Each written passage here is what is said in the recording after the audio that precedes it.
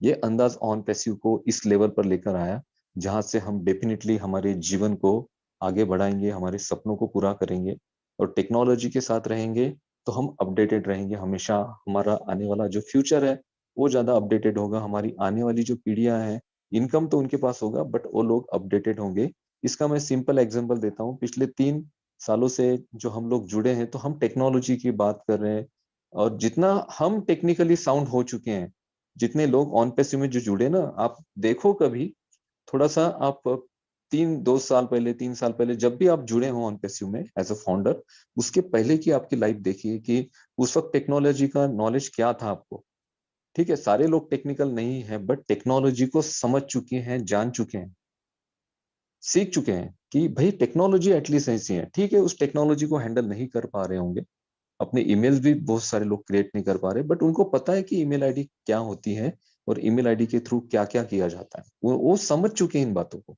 तो पिछले 3 साल पहले अगर आप ऑन पैसिव में एज अ फाउंडर आ चुके होंगे तो आपकी 3 साल पहले की जो स्थिति थी वो देखिए और आज की आपकी स्थिति क्या है। इन 3 सालों में हम इतना ज्यादा डेवलप हो चुके हैं, इतना ज्यादा टेक्निकली साउंड हो चुके हैं और हमने ये जो 3 सालों में ये जो चीजें सीखी है और आगे जब फ्यूचर में हम सारे प्रोडक्ट को, सारे सॉल्यूशंस को जब हम हैंडल कर रहे होंगे और उस वक्त जो हम चीजें सीखेंगे तो उन सारी चीजों का हमारे आने वाली पीढ़ियों पर कितना ज्यादा टेक्निकली असर होगा, कितने ज्यादा हम टेक्निकली साउंड होंगे और हम टेक्नोलॉजी के साथ हमेशा कनेक्टिविटी में रहेंगे ऑन पैसिव के साथ।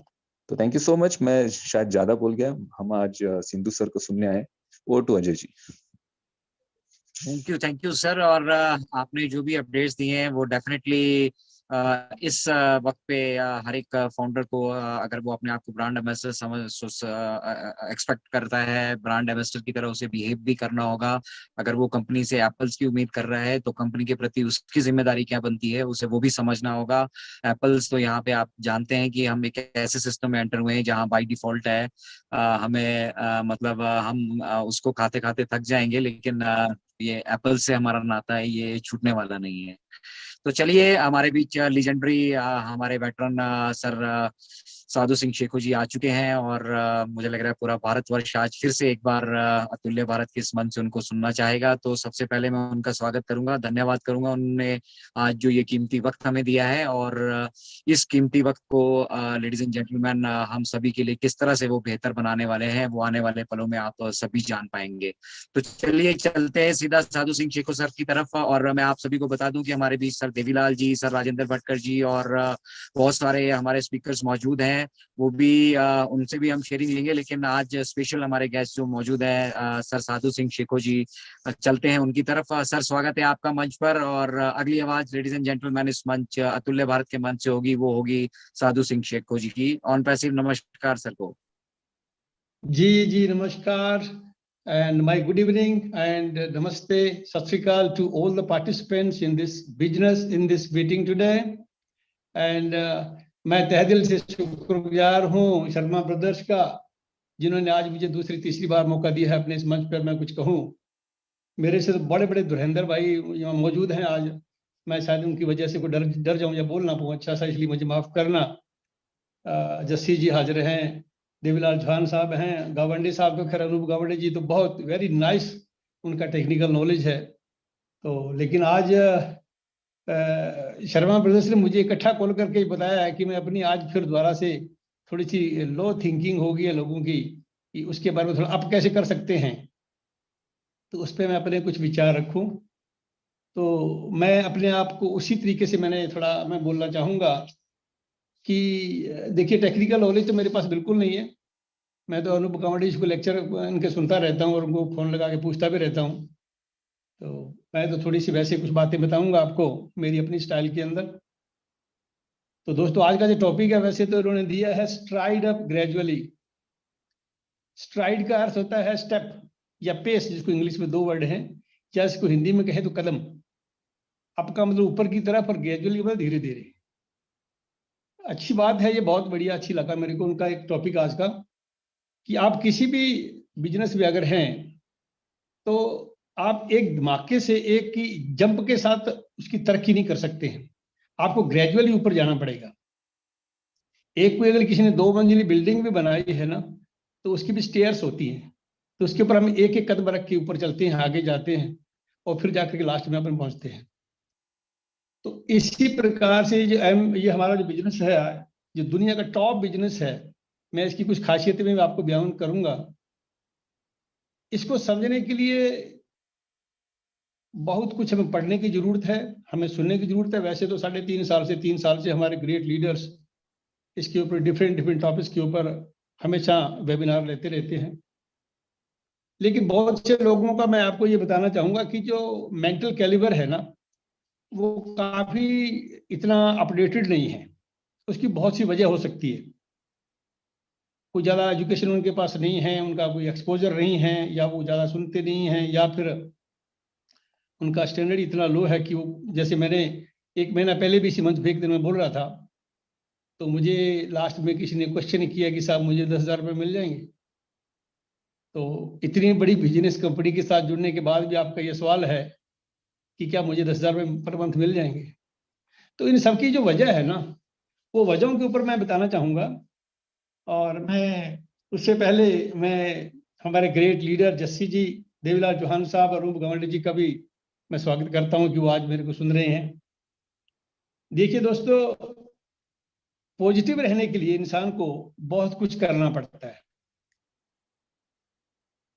एक आपने कभी एक बिहार से हैं, वो mister Shiv Khera, I don't know कि कितने लोग उसको जानते हैं और कितने लोगों ने उनकी किताबें पढ़ी हैं, लेकिन उन्होंने एक किताब लिखी थी एक, उसका नाम था इंग्लिश में यू कैन विन और हिंदी में नाम था उसका जीत आपकी।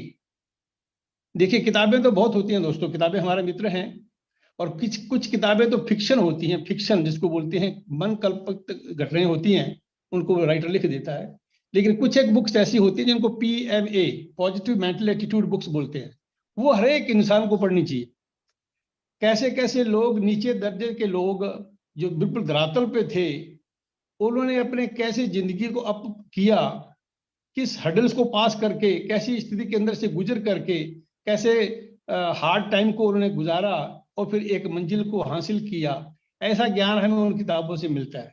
वो किताब हमें जरूर पढ़नी चाहिए ताकि हम अपना मेंटल लेवल अप रख सके और हमें थोड़ा पेशेंस हो जाता है, धीरज हमारे अंदर आ जाता है कि बहुत बड़ी कुछ सफलता प्राप्त करने के लिए कुछ वक्त लगता है, बहुत मेहनत लगती है उसके अंदर। आपको एक छोटा सा मैं उसमें एक किताब का पॉजिटिव एग्जांपल देना चाहूंगा।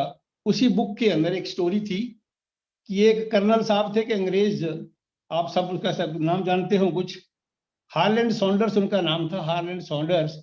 अगर उसको आप नहीं जानते तो एक चीज जरूर जानते होंगे सब लोग जो मुझे सुन रहे हैं, KFC चिकन्स, KFC चिकन। वो KFC चिकन के मालिक कर्नल सॉन्डर्स थे।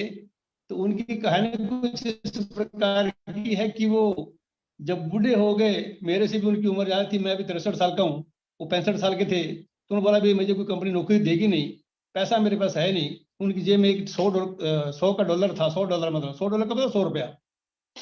तो उसने बोला कुछ नहीं कर सकते। तो उसने अपने एक पीछे सोचा कि मेरी नानी की मुझे एक रेसिपी याद है, तो उस रेसिपी को उसने दुनिया को बताना चाहा कि चलो देखते हैं शायद इसी में सफलता मिले। तो उसने जो है अगले दिन झोला लटकाया और दुनिया के गेट खटखटाने शुरू कर दिए। किसी ने भी उसकी बात सुनी नहीं। पहले दिन 10-20 गेट खटका के वापस आ गया, नहीं सुना। लेकिन बंदे का एक ही जो उसमें से चीज हमने सीखनी है, उसको सीखना क्या है हमने, कि वो कितना मेंटल एटीट्यूड था उसका, कितना अप था, वो कितना पॉजिटिव था इसके बारे में। वो डेली जाता है, लोगों से ना सुन के वापस आ जाता है, डेली जाता है, ना सुन के वापस आ जाता है। और मैंने सुना है किसी से कि उसने 999 गेट्स नॉक किए, लेकिन किसी ने उसकी बात नहीं सुनी। आखिर एक दिन 1000वां गेट जब उसने नॉक किया, तो उसके आगे जो अंग्रेज खड़ा था, उसने बोला प्लीज कम इन। उसको बुलाया, उसने उसको बताया कि मेरे पास एक रेसिपी है, बहुत टेस्टी रेसिपी है। तो उस बंदे ने कहा कि ठीक है, आप मुझे बना के दिखा सकते हो हमें। तो उसने सारे फैमिली मेंबर को बोला हाँ ठीक है, मैं बना सकता हूँ, आप सामान मंगवा लीजिए। वो सामान मंगवाया गया और वो रेसिपी बना करके दी गई। वो जब खाई गई तो उनको इतनी अच्छी लगी, तो उस बंदे ने जिसको बना के दी, उन्होंने कर्नल सैंडर्स से कहा कि क्या आप कल आ सकते हो? बोला हाँ। तो कल उसने कुछ दोस्तों को बुला लिया और उन सबके सामने फिर उसने वो रेसिपी दोहराई और बना करके खिलाई। वो इतनी फेमस हुई, उसमें से कुछ लोग ऐसे भी थे